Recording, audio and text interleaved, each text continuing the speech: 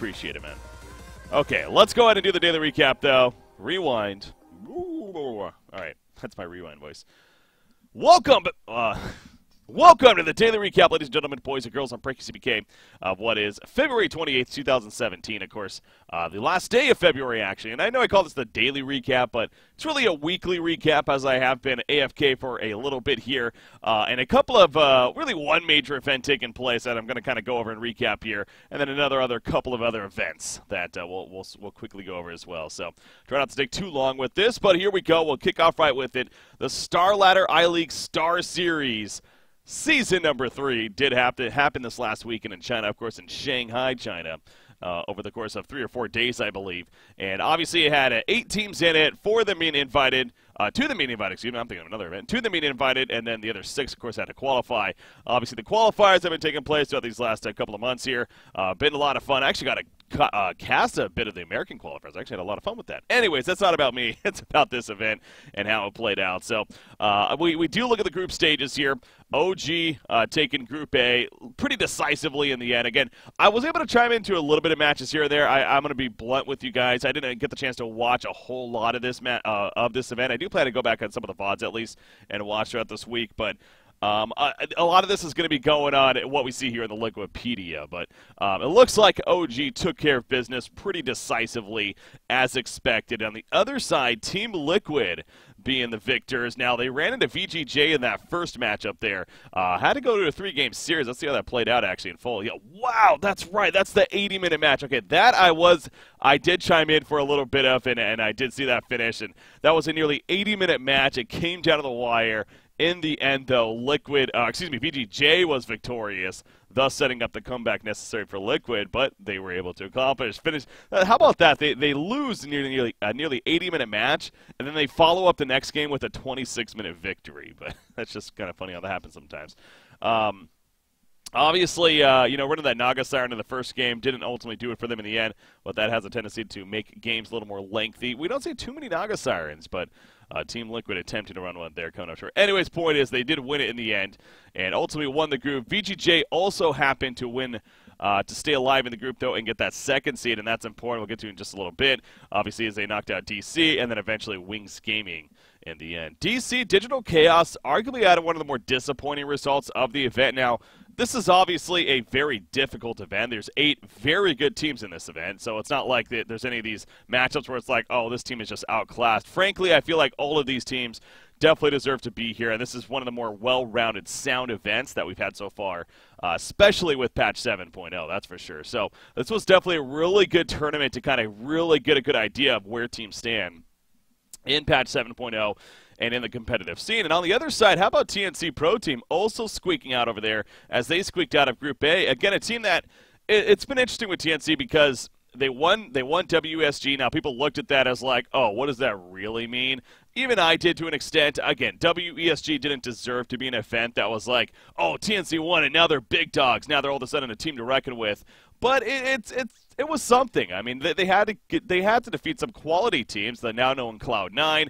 I believe they had to get through Infamous, if I'm not mistaken, a solid South American team. There's another team even in there that's actually pretty decent. So it's not like it was horrible competition. It's just not your top tier competition. Anyways, they won that, but then they also, of course, qualified for this event here, looking pretty good in the qualifiers. And now here they are getting the second place seed out of the group. That alone really, I think, suggests that TNC Pro Team is definitely a legitimate team. As Butterwalk coming out real quickly. Hanser with a $10 donation. Also interrupting the recap again, smile. You son of a bitch. Interrupted my recap. No, I really do appreciate that, man. Testing the donation alert. It does work, as we can see right there. So thank you very much for the $10 donation, Hanser. I do appreciate it.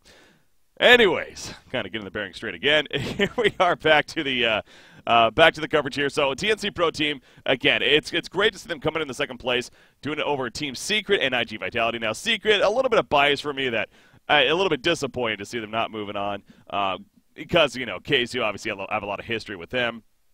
A former Han Pro that moved into the Dota 2 scene and quickly moved up the ranks, so I think faster than probably anyone else, frankly, as far as that's come over from the Han scene. So definitely deserving of it, but, they ran into OG, obviously, losing 2-0 there, and then they actually ran into the hot TNC team and lost that series 2-1. A very close one, but it looks like an overall victory for TNC and definitely taking care of business there. So that set up the playoffs. TNC versus Liquid, and then VGJ versus OG. Now, Liquid over TNC. Again, Liquid's had an insane amount of momentum lately. This is a team that, even before, they actually won the DreamHack event way back when, the DreamHack summer event. Was it summer? Jesus Christ. No, it was winter. Yes, it was winter because it was back in November. I didn't really think about that one. Anyways, they won the DreamHack event, but then they went through some roster changes. They most recently picked up GH, of course, as their new 5th player. They've been looking for that new support player. GH has stepped in, and boy, has he been the answer, apparently, to really put Liquid on top once again.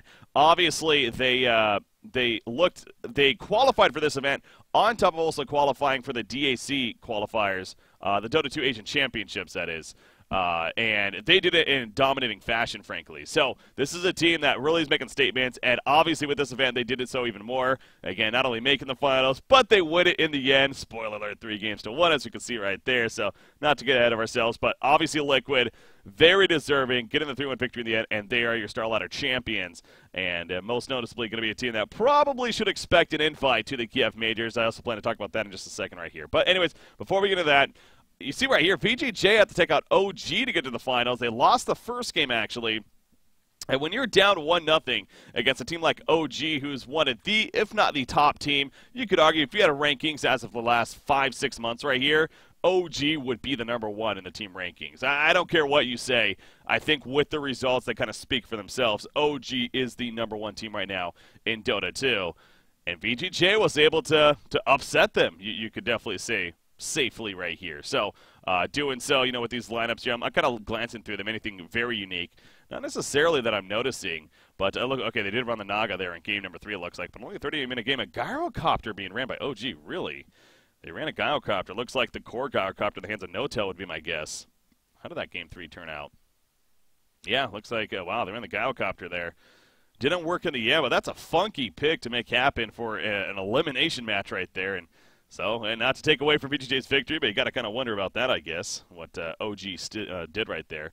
But anyways, VGJ, talk about VGJ on the other side of the spectrum. This is a team ever since I casted them in the qualifiers for the Star Ladder event. And then was it only the Star Ladder? There's a previous event, I think, even before that. But the point is, they also looked really good, and this is kind of that newly formed team. Of course, Jeremy Lin, the NBA basketball player, he's kind of the coach, or not the coach, but the owner of this squad right here. This is his team in a sense, so it kind of has that star power there. And obviously the players themselves are, of course, very good players, but I don't think a lot of people would have expected them to kind of explode like they did it right away, but they most certainly did, and here they are. Obviously they beat OG, and then they got to the grand finals. Again, they did lose it in the end, but, man, a runner-up result for VGJ, that has to feel pretty good for them. They have a lot of momentum lately as well, and a team that's going to be interesting to watch going into the Kiev Majors amongst the likes of a team like Team Liquid. Speaking of Liquid, now, VGJ did win the first game, I believe. Yeah, they won the first game, actually, the grand finals, but then Liquid came back in the next 3. And ultimately took the series right here. So I'm kind of glancing through the lineups as well as we just pull it up right here. So they ran actually the anti-mage in the final game even to claim victory right there, it looks like. But I also did hear quite a bit, again, dabbling in it here and there, able to watch bits and pieces of the event. GH apparently for Liquid, boy did he prove to be a very good new player on the newest player on the team, even a very good fit for them, as he had some great success throughout the event and definitely becoming a household name on the Dota 2 scene, no doubt. So Liquid, all the momentum in the world right now. The couple of qualifiers they qualify for, including this event. Now on top of that, they win this Star Ladder, which, like I was saying, I really do think you could argue all the 7.0 tournaments so far, this is the most. This one proves the most, in my opinion. Not only because it's the latest one, but because of the overall competition. It was 8 very solid teams. The format was great. It was a GSO format into a single elimination playoff stage, which I think is just fine. And it definitely got some great results in the end. So, again, congrats to Team Liquid on being your Star Ladder I-League Star Series champion and taking on that $135,000 prize pool. But I think you could almost argue, this prize pool's nice and money's nice and everything for Liquid. I think you could almost argue, though, that Liquid's probably even a little bit happier for the fact that this very possibly claims them an invite spot to the Kiev Major, which, again, information hasn't been announced just yet. We do expect that to be coming out over these next couple of days, and we will be talking about that right here once it does, obviously, on my stream. But Liquid, with the victory, it's hard to kind of keep them out as a major invite, no doubt. So before I start talking about the major invites, though, real quickly, I wanted to go over a couple of other events, and then I'll kind of give my take on that. So we got the Mr. Cat Invitational. This is another event that currently is going on, an online event. This is a Southeast Asian region and a $25,000 prize pool. They are moving along with this event very nicely. They had the initial group stages. This is Moonduck Television, by the way. They're the ones that do the production and the broadcasting for this, their event that they put on here. The initial group results, nothing too, well, a little bit of craziness, because you see Group A, obviously faceless. They dominated there. They did claim the spot, and they actually claimed a bounty as a result. I believe you get $1,500. Yeah, an extra $1,500 if you get the group stage victory. How about this in Group B, though? TNC Pro Team going to 1-3-0. They split with Extinction, Geek Fam, and who else did they split with? It looks like, wait, they split with, oh, that makes, no. They split with somebody, oh, CG over here. Clutch Gamer. So those three splits, and they did defeat Trust 2-0, but ultimately the 1-3-0 record, obviously they're moving on, but they didn't get the number one seed. Geek Fam actually ended up in that number one spot at a Group B, and that's got to be a little surprising to many. I mean, Geek Fam, I'm looking at the roster. Velo's the only player that I recognize on there. I can't say I'm too familiar with the others, not that I'm a Southeast Asian Dota 2 expert, but that's a very surprising result. Now, I think you could make the argument that maybe TNC wasn't necessarily 100% focused on this event. Obviously, they had the Star Ladder that they were going to be traveling to and to worry about. But this was, what, February 16th, February 18th? Yeah, this was like a week before, or even a little bit longer than the Star Ladder event happened. So I don't know if that's necessarily a justifiable argument, but clearly an unexpected result of sorts. Maybe the Southeast Asian is a little bit closer than we're giving it credit for. Who knows? But right now, you think TNC Pro and Team Faceless are kind of the top dogs in this region. So here we are now in the bracket stage, the playoffs even. So it's kind of going a little quirky here as far as advancements, you know, scheduling conflicts. Of course, TNC, for their example, they were unable to play Mineski. It looks like they're going to be planning to play tonight at least, but obviously being busy with the Star Ladder. But they'll play Mineski. The winner then plays... Wait, what? Oh, no. So it matches up because of how they finished third place. They're actually going to have to play Faceless in the semifinals of a double elimination tournament. The top two teams you'd figure in the Southeast Asian region are going to meet up in the semifinals. That's kind of funny how it's working out that way. On the other side, you have Clutch Gamers making it all the way to the winner bracket finals, and they are going to await the winner of what will be, again, either Mineski or TNC against Faceless. Right there. Now, the good news is that you stay alive. How about WG Unity, though, on the other side? Now, they do stay alive in the losers bracket. They match up against Geek Fam, who's obviously proved to be very solid themselves, but WG Unity, it seems like they've had a little bit of a fall-off since the Boston Major event. This is a team that, you know, out of Southeast Asia, perhaps surprised a lot of people qualifying for it in the first place, and then they even made top 8 on top of that. They beat Complexity in the first round, advancing on to the top 8 of that single elimination tournament before they got knocked out, but when you go top 8 in the Boston Major, you'd figure you're going to be able to follow that up with, you know, decent success. I don't, from what I've been seeing from them, and let's take a quick glance right here.